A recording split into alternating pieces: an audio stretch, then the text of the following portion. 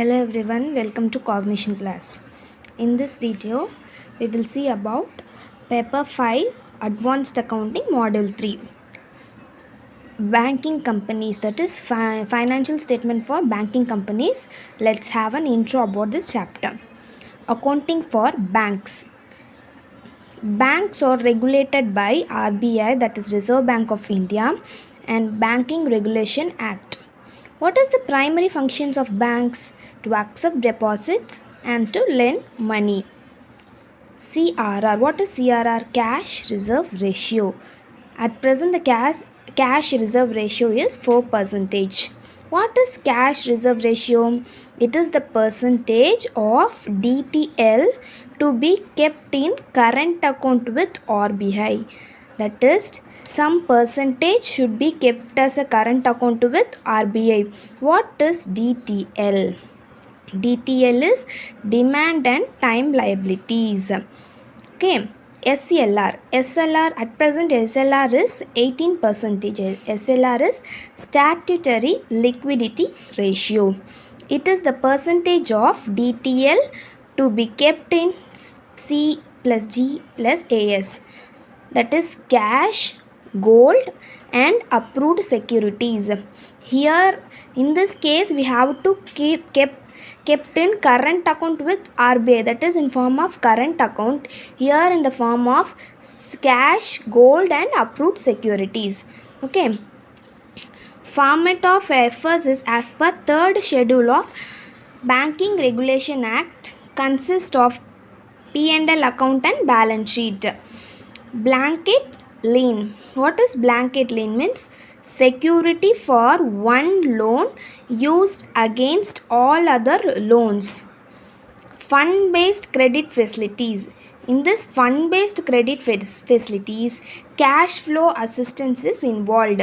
That is, banker gives money in return. But in non fund based credit facilities, the banker gives only the guarantee and the customer doesn't get the money. That is, banker does not gives money, he only gives the guarantee assistance.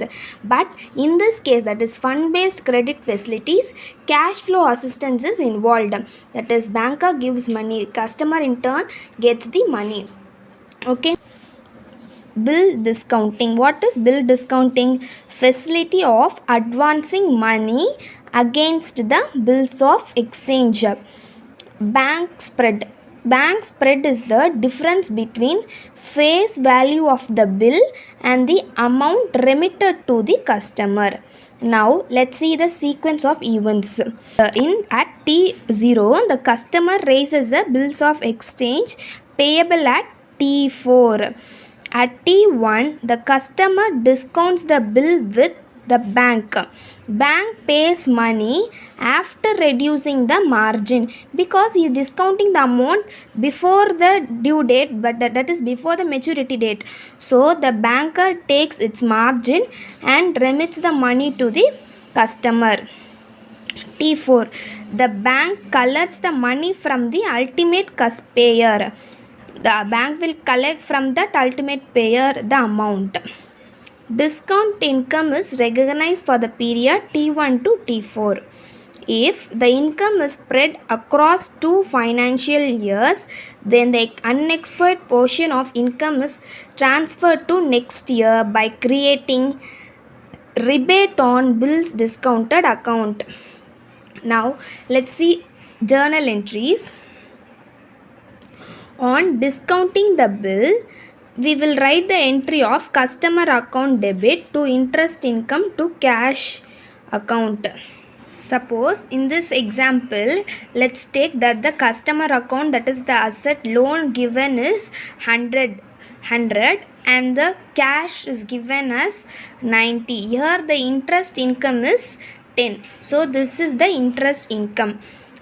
On 31st March, reversal of unexpired portion,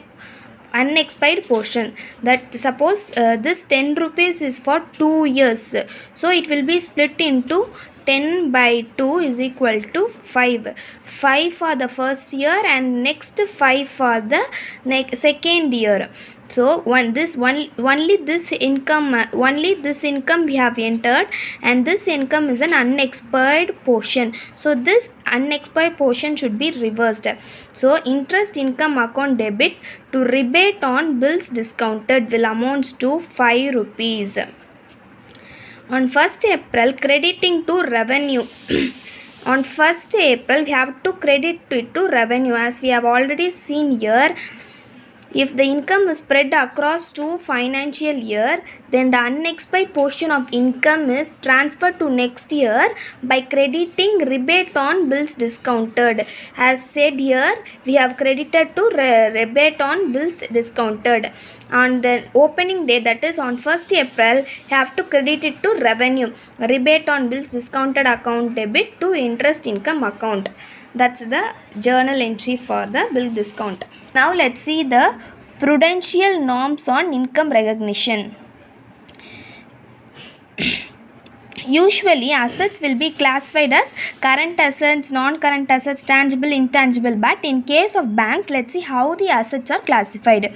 Income recognition norms are prescribed in RBI circulars. Assets classification for banks: A. Performing assets, and B. Non-performing assets. Performing assets will be recognized or recorded on the basis of accrual basis. Non-performing assets will be recorded on the receipt basis or cash basis of accounting. Recognized income must be reversed if not yet received.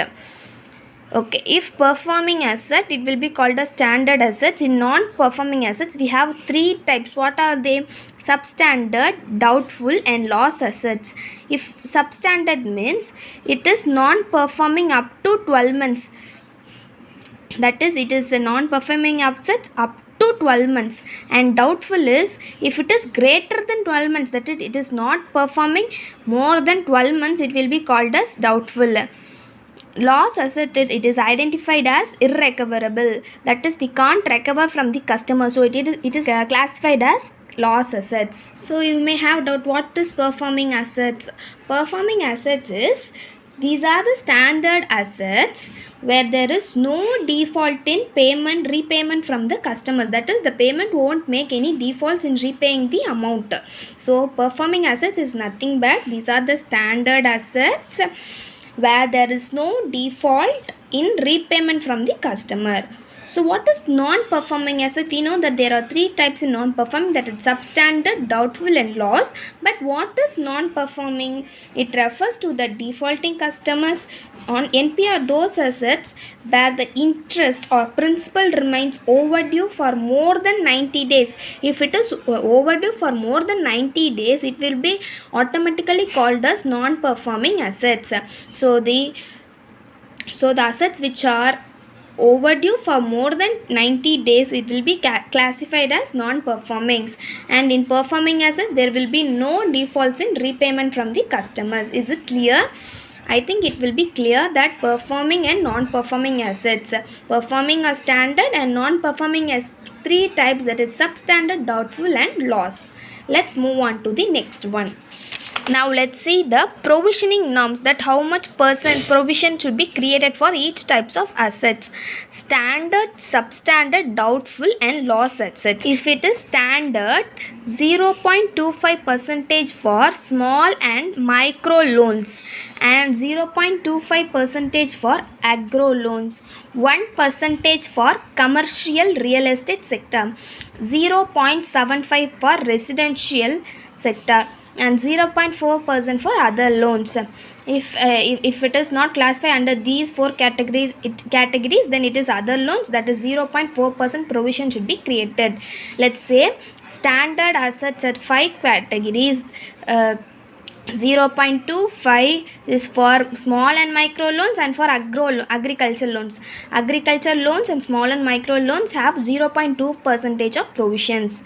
If it is commercial sector, and 1%, residential 0.7%, and for other loans 0.4%.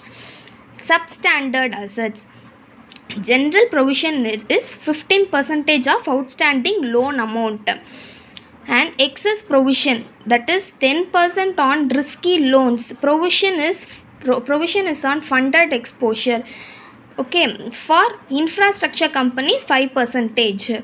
In excess provision we have two categories, 10% on risky loans and for 5% for infrastructure companies. And for doubtful, unsecured means fully 100% provision should be created.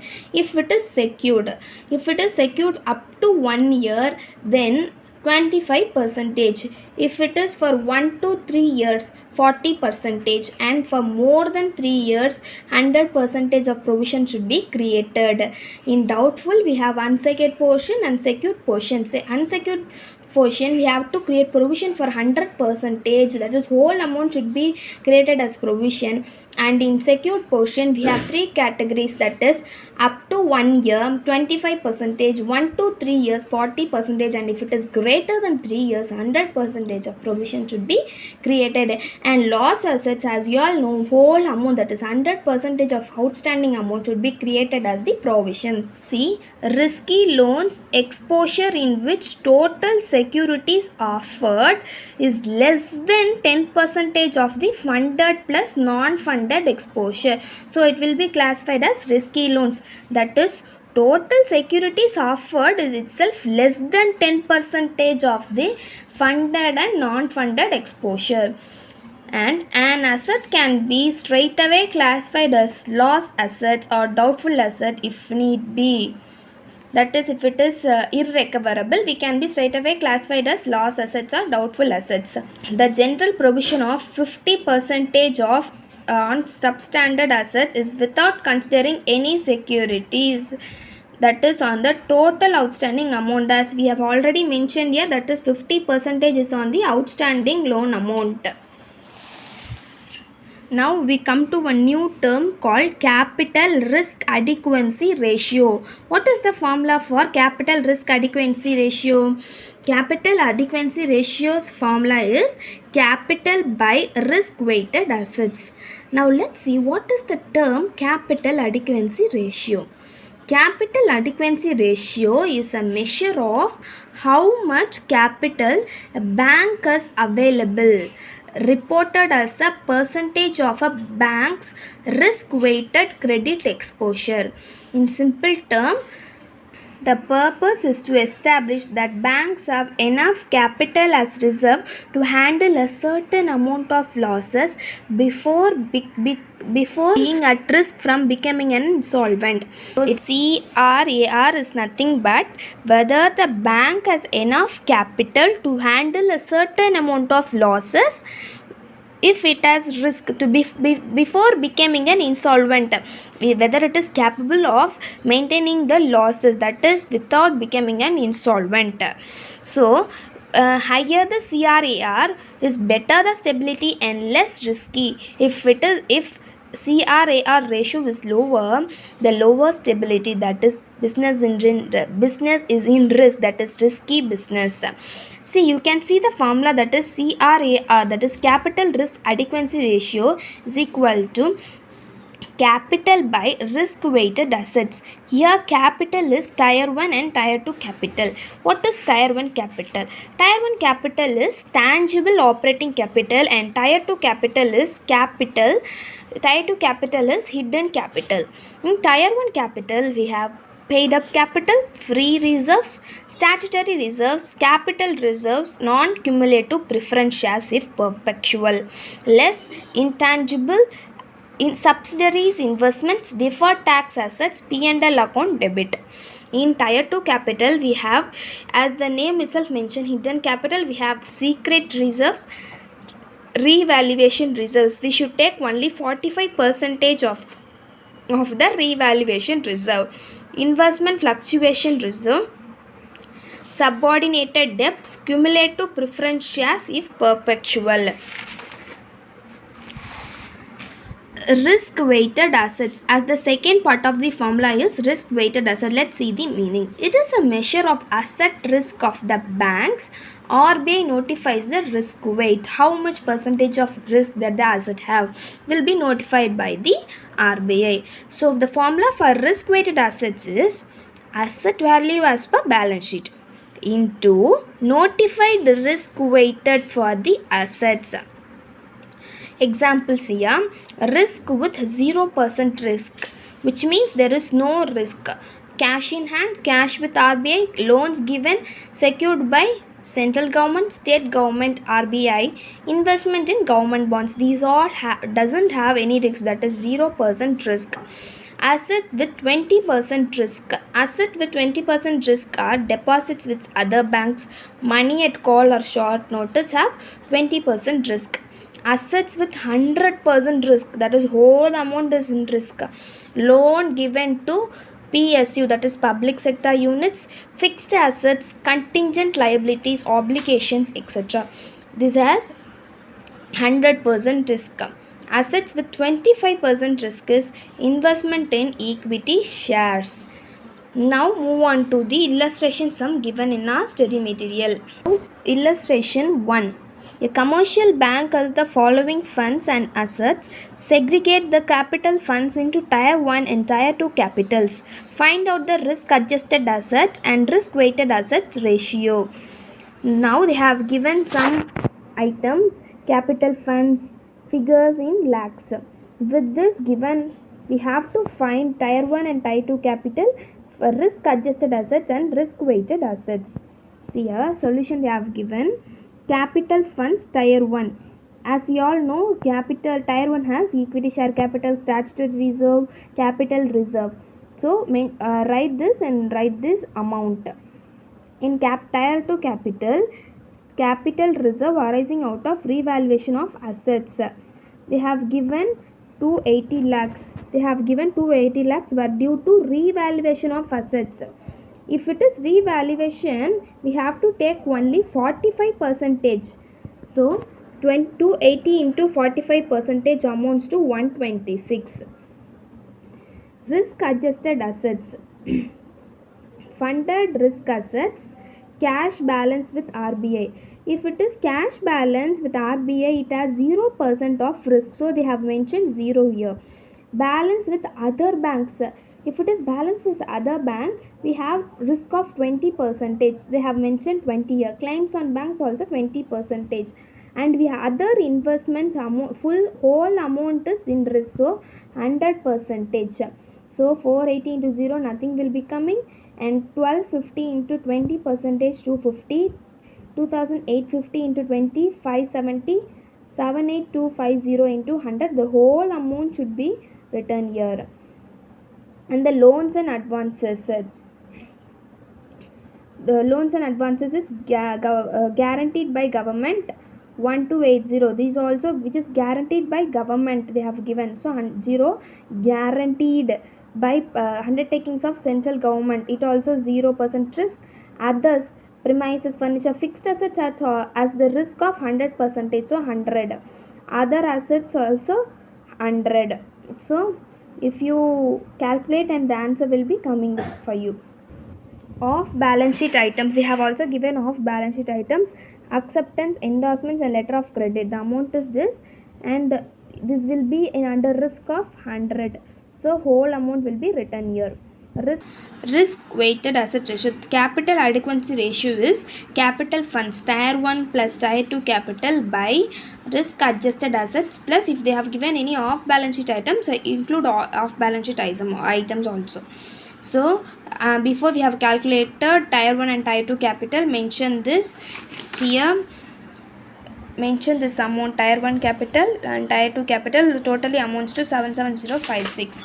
77056 divided by risk adjusted asset plus off balance sheet items. Risk adjusted assets, as we have calculated earlier, that is 637640.